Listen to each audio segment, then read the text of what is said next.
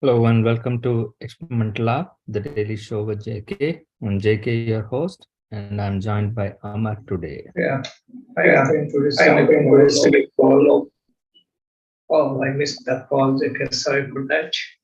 At the start of the show, I got a call, but I missed it.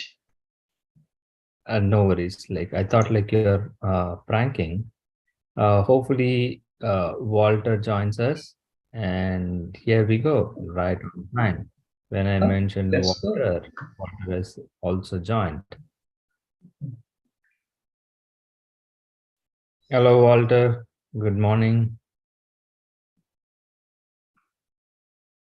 So we are jumping the gun and starting early with the talk show and the daily show with JK. I just started with the intro right on time. You joined as well. So we missed you yesterday and we covered our bases, talked about what we are going to do this week and how we are going to tackle the interviews and the interviews that has been recorded. How do we play that out? We were discussing all those things. nice, nice. Can you hear me? Yes, we can hear you. Yes. Yeah, I had a meeting yesterday, but I am back. And when are the interviews? I think the roundtable with the religious discussion that's happening on the 24th. Yeah, check. I'm going to receive a call for net. Please allow me to receive. Go for it. Hello. Hello.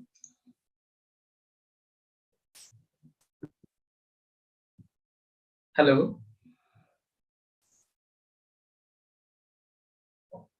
Again, he's not talking. I don't know what happened from his side. Yeah, you can continue, JK. Maybe some audio problem from the recruiter side who was calling. All right, we will continue to have that call. Let's continue with the conversation. Walter, can you repeat that, like what you were saying? Like I missed the last part. Say that one more time.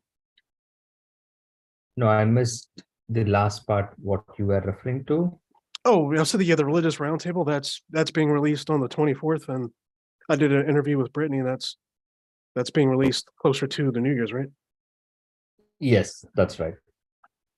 That's right. Yeah, so what do we have on the table for today? So the interesting development with one of the projects that we have been doing, and also it's kind of a funny thing. I don't know how to put it. Like as I brought this up like earlier as well, that even though the person is working on a contract for their company representing like TCS, they are still conducting interviews for a different client for a different position. Like if you are employed with us, right? Let's say for example, right? Walter is working for Staff now as a full-time employee or as a contractor. Let's say as a contractor you are working. So how can we interview you again for our own company with a different client? That I still don't get it, like, right? Unless it is something like you are not working on any project, I can understand that, right? So you cannot be paid for sitting quiet. They call it as benching, right? If the candidate is on bench, then you can ask the candidate to attend interviews for other positions in their clients, in different clients. But that's not the case here, right? The problem here is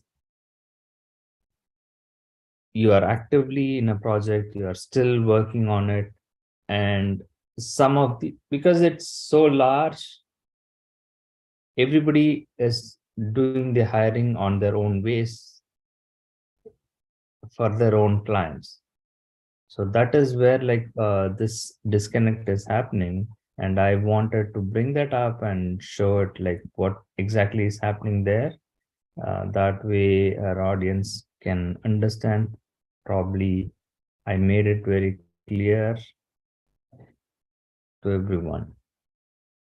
Sounds good. Yes, So yeah. the question, go ahead. Oh, it just sounds just a very inefficient process where they don't have the right administrative setup to keep those things in order.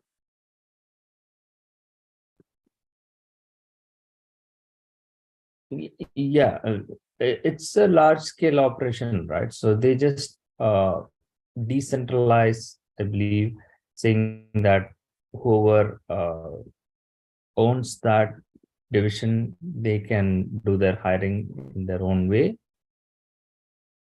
And the surprise part here is they do have what do we call like an employee ID, even though you are a contractor, right?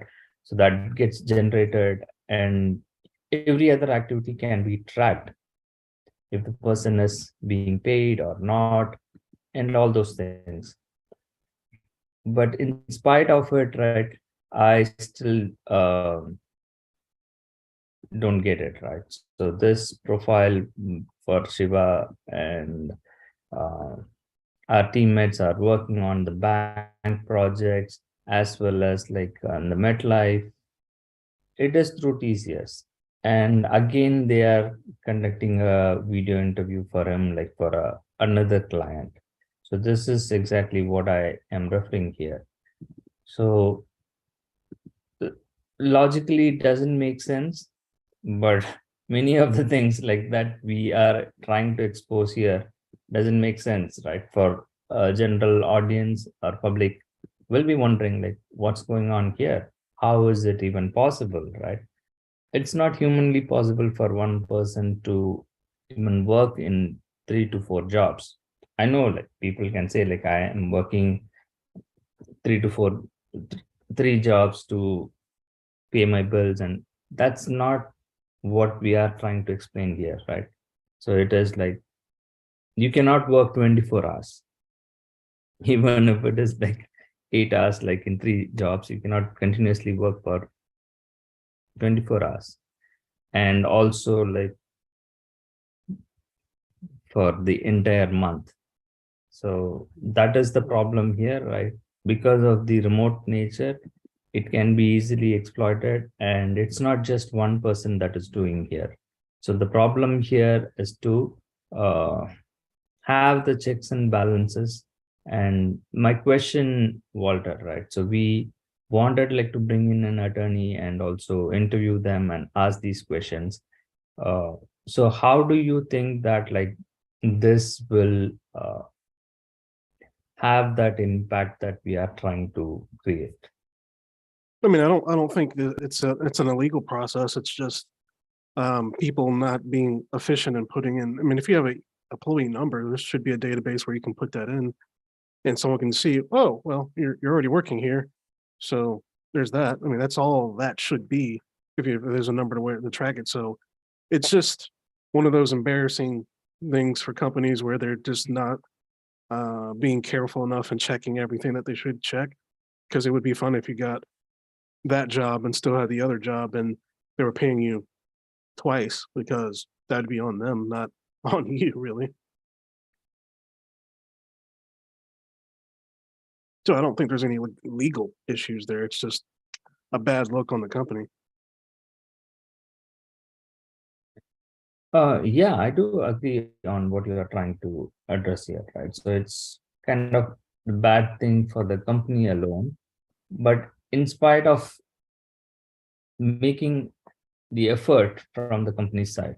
So it is kind of in a way, right, what you said as like us exposing these corporate crimes and will trigger them like to put some checks and balances there and say like, okay, this is not going to happen anymore. that's exactly what many companies are trying to even do right now by not trusting the people. Like they say, like, okay, come on video, we want like to verify, show your ID while you are even uh, interviewing them, right? So they are asking to hold the ID card and match with the person, the original person there. In spite of all those things, right? My point here is like, if you don't trust me, right, I can screw you like by doing these things at a later time. Uh, Somebody else can do on my behalf, and all that you needed is like the front door access, right? So I can give my access card to somebody else and they can obviously use it. So that's exactly many employees like are trying to do, just to take advantage of the system. Yeah, if there's not trust in place, especially for situations like this, I mean, we're talking about high paying jobs, but if you make it really difficult on someone and kind of demean them and don't treat them well, they're still going to be upset. Well, especially if you're not paying them on time, which can happen for H-1B visas holders or green card holders. So, yeah, I mean, if you're treating them poorly, then they're going to be more motivated to treat you poorly. I mean, it's really simple. I'm not sure why big corporations in the United States specifically haven't figured out if you treat laborers well, they will treat you well and enjoy working for you. I think Elon Musk could take that piece of advice right now because he doesn't seem to quite understand that. So it it is a thing that is very curious, and also, the hours worked weekly is also a thing where people are more efficient. They work between like 20 to 25 hours rather than 40, and they actually get more done. But corporations don't want to take those studies and put them into place because that's not the way that we're taught to just work your employees until they don't have any other lives other than the job. And that's it's a bit unfortunate.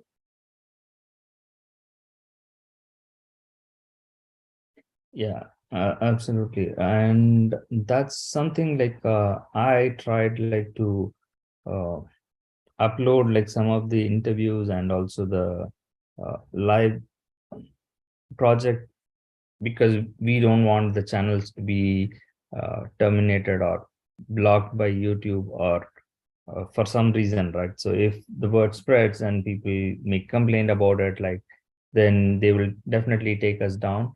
And that is the reason like we are trying to be cautious and trying to create a member only channel and trying to put the content in the member only channel as well.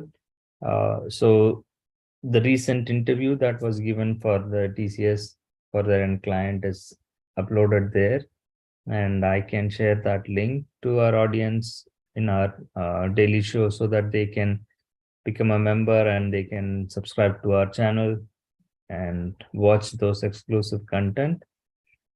Meanwhile, I am trying to see like if can. Okay, please hold on. Let me Hello. Hello. Yes, who is? Hello, can I talk with Nati? Yes. Yeah, Nati, this is Kadiration regarding a project manager opportunity. I got your email. Yeah, and this is with it is a Cognizant location Cognizant? in yeah. Okay. And what is the current location? New York? New York, okay. And the location is in Purchase, New York, or Floral Park, New Jersey? No, New York City. Okay, Purchase, New York is fine for you, right? Yeah, sure. Okay, and sorry, this is not with Cognizant. This is with Tech Mahindra. And client is Sombo Insurance. Okay. And it's a hybrid model role. Weekly, 1 or 2 days, you go to office. That's fine. That's good. So what's the rate What's you the are rate offering? will be? Yeah. What is your expectation? Yeah, 75 per hour. On corp to corp or W2? Yeah, cop to cop is okay. Yeah, to be honest with you, I have a client rate is 70. I put $3 margin on a profile. I can go up to 67 on corp to corp. Okay, no issue, I can go. And you're American citizen, right? Yeah, right, you are. Okay. And I'm going to send you the rate confirmation email, 67 on corp to corp. And then I send you the hybrid confirmation email with you on a 2 days office. So confirm both emails and revert me back. Yeah, sure, I will do that. Yeah, myself Kadire is in Nati, okay? Okay. So may I know where you are, I'm waiting. where you are talking from? You are from USA or outside? I am from India. India. Oh, which part of India are you from? Yeah. I am from Tamil Nadu, south southern part. Oh, all right. Are you been here before? No, I didn't. Okay. Any part of India or? I have a plan to visit there. Oh, you're welcome, welcome. Yeah. It is my number, please note it. If you come Tamil Nadu, I take all around to Tamil Nadu. All right. Thank you. Nice to talk to you. Yeah. Thank you. Bye. I'm waiting for your email. Okay, once you receive, please send me as soon as possible. Then only I can block the interview spots for you. Yeah, sure, I will do. Thank you. Thank you. Bye.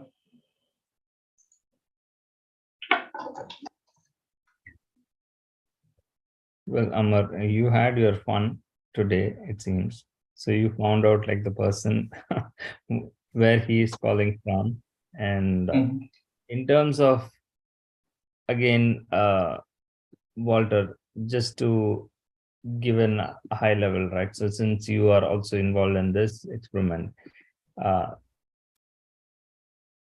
so this again, I'm still struggling to understand why do they keep doing this, right? So they just email it and you have been getting bombarded with phone calls. I know that like it's stressful, but then in terms of the other profile that doesn't have a US citizen or green card status, mainly the one we said it as H1B candidate, nobody bothers to even email us or reply back or call back. Once in a blue moon, we just get 1 or 2 reply. And the similar projects like for which you have applied and Amar is following up with Nate profile, I tried as many, but just 1 email I got so far. That's the funniest part. I still don't understand like why do they like do this? And the question Amar even asked, does it amount to discrimination to discriminate between US citizen and others? What do you have to say for that, Walter? US, well, I mean, companies in the US are incentivized to hire US citizens, but if someone is applying for a job and they are here, on legal means, then it shouldn't exactly matter. But I have noticed that I can pretty much say or ask anything after they know I'm a US citizen and they kind of want to be willing to negotiate, which I do find kind of funny. So it does seem there is favoritism to having a US citizen because I'm guessing it's a lot less paperwork for them to do as well. So they seem to be more willing to move to try and get you to be placed for them. So I think that might have something to do with it. And yeah, it would be a form of discrimination, but would that be illegal? That's going to be a high level law question that I cannot answer right now. I can research that, but that it is a form of it. But if it's illegal discrimination, I don't exactly know. Yeah, that's exactly my answer was to Amar as well. We discussed it like in the yesterday's show that they have the right to, again, any country, right? For that matter, they have to give preference to their citizen over anybody else. And since this country is based on immigrants, so probably I would say like Equal Employment Opportunity Commission says that like you cannot discriminate based on race, gender, nationality, and all those things. That is in terms of firing somebody else. Like after you have hired them, based on some issues, like discriminate them and fire them, is what my understanding is. But when it comes to selection process, hiring process itself is like in a way discriminatory, right? Whoever it is, like anywhere in the world, right? When you apply for a job based on your qualifications and experience, they will match it with their own preference for with whom I can work with, right? It's not that like I can open my door and I will accept everybody else and only talent matters. That doesn't in reality exist. Everywhere, like we are prejudiced in a way. I can work with this guy, okay, or the other guy, even if he is not that qualified. However, it's the way you present and convince the hiring team that I will be the best bet is what my understanding for big corporates.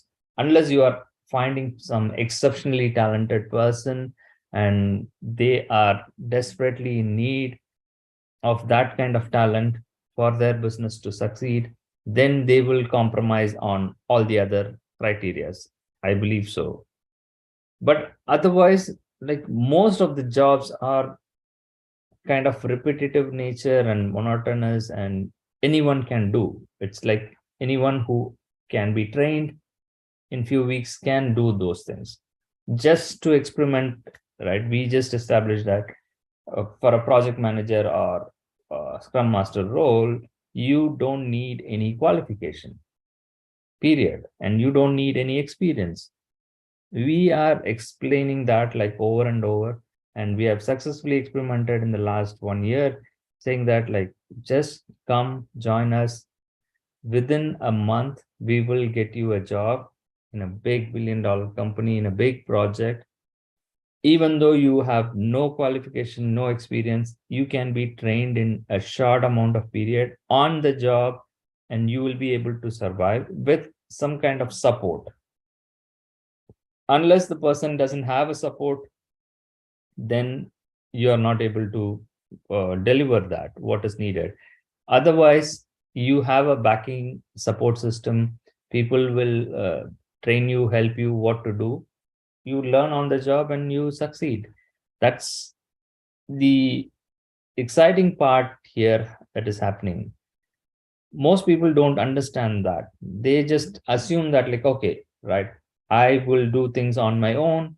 I don't need anybody's help. That is where like the trouble comes in. I mean, yeah, it does seem like, I guess going through things so far, because there have been studies in the past, well, kind of investigations in the past about discrimination on applications and everything, and the journalists they just made fake applications and just changed the name and judged to see who got the most callbacks from the same positions. And I mean, this takes it to a different level. And yeah, from what I've seen, yeah, you can. So far, what I've done, you can sit through and learn how to do the positions and not need the 10+ years of experience as everyone's asking for, which has always seemed a bit funny. Every job's asking you to have experience, even when you just graduate college. It's like, when was I supposed to get that? Because that's not a thing that's possible. Or basically go tell you, okay, then you have to go be a bartender or something like that. And it's just like, oh, you're setting up a glass ceiling that honestly does not need to be there. And I do think there is a bit of a cultural aspect there in the United States where the elders are expected to make more and you have to wait your turn. And I think that's garbage. It should be the best person can do something, can do it. If I can sit here and learn how to be a project manager and scrum master in a month and then do the job better than someone that's been doing it for 10, 12 years, then that's not my fault. I mean, then they should study it and do better at it. So I mean, I do think that's a cultural aspect as well, and it does seem to be unfortunate that it's set up that way. But I do think this is going to be a long investigation to just how bad that system is and what I can find out by working for, one or a couple of these companies, depending on how long each one lasts, because I do think there's going to be things there that there will be to learn through the entire process, especially through just talking to companies process. Going to learn quite a bit in that. Some recruiters will ask you for your full social security number over Gmail, which is stupid, but that's a different story. Exactly, right? So various levels of malpractice, we can call it as, are the things that is being done by individuals as well as like everybody else as a group, is the reason for setting up the system in such a way that people get so frustrated, right? As you mentioned, okay, I'm talented and I can do things. Even people who top in their class, they struggle to get into the job market, right? The reason because you don't have an experience. And even as a fresher, it's a big struggle to get into any job unless it's very low paying, and also you accept whatever they put the terms and condition. And these kind of things leads to the traps that we are exploring here, like to find out like how people will get into the victim mode. And by default, the opportunities are going to people who are willing to take those risks and commit those frauds, right? I would say like, no, it's not considered as a crime because many people fake things in their resume and they have to lie and they have been convinced, right? So what's the big deal? I'm just 20-year-old, but still I have 10 years of experience. So when did you start working, right? Maybe when I am 10 years old, you can like as a voluntary position or whatever that. I'm just trying to make it lighter and joke about it. But the problem here is a student at the young age, when they start lying and they get in front of the line ahead of others by doing so with the employers who are supporting them, obviously they will do much more bad things like when they grow up, right? When they are in their mid 30s or 40s, obviously they know the path that they have traveled. Okay, I did bad things to reach to the top, so obviously nothing wrong. So they perpetuate that, like, and thousands and millions of people are doing the same thing. And that is where like the entire system has become a trap. And also asking for reference, so many things we can talk about it, right? So we are running out of time. Again, we can continue on this conversation, and also we can explore the remaining part with our experiment and talk to those recruiters and get what we need for our coming days to talk about. With that, I will sign off for today. Unless Walter and Amar, you have anything else to add? There is, on that topic, there was an elected congressman who just was revealed that lied about literally everything of his background, and that just came out a couple of days ago. Like literally everything on his background. He was just elected to serve in the upcoming Congress in January. So that happens.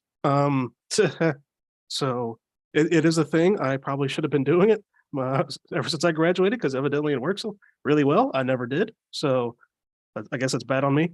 Kidding a bit, but it is telling that it gets you further to do that than by basically saying what you've actually done. Yeah, that opens a Pandora box, and I will sign off with that note, and we will talk more in the coming days. Bye for now. Sure.